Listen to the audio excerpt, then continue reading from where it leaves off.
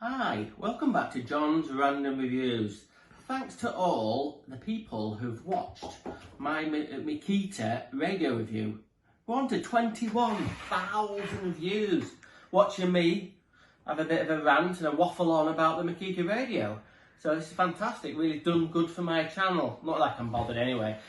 Anyway, I've put on my inventing cap, and now then, the main rant I was having about my radio, if you've watched that video, is that I couldn't get the charger. The charger doesn't live in the back of here. So I was having a bit of a rant about this and thinking about, am I going to lose this? This sits in the glove compartment of my van, which is okay, but I wanted it to go in there.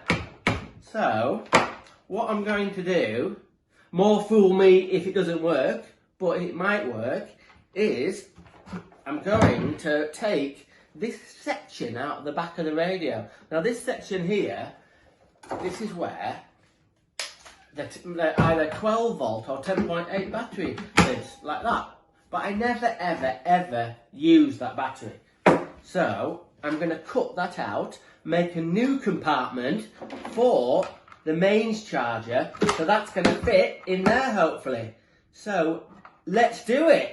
If it's going to work, it's going to be a good do. If it's not going to work, it's going to be a complete £179 fuck up. So watch this space. Right, I've taken these bits off. They've come off both sides, and there's a screw that comes in the back to hold this front on. So let's go for it. Let's take the cover off. Right, we're into the guts of it now. So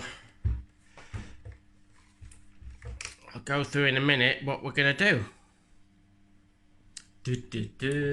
Right, I've taken the 12 volt battery sort of charger bit out of it, so there's a hole.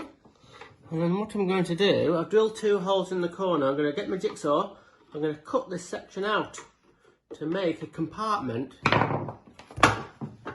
for this. So I've got my jigsaw out with a little metal cutting blade. So let's go for it.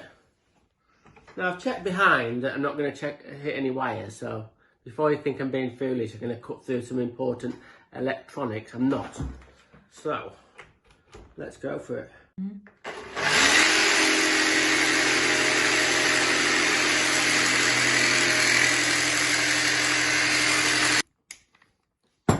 Right, that's one bit.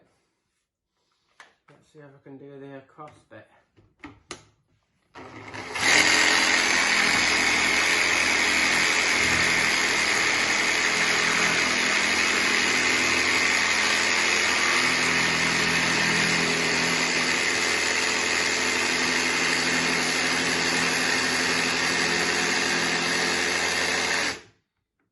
It's always good to have your tongue sticking out when you're doing cutting, because you've got to concentrate.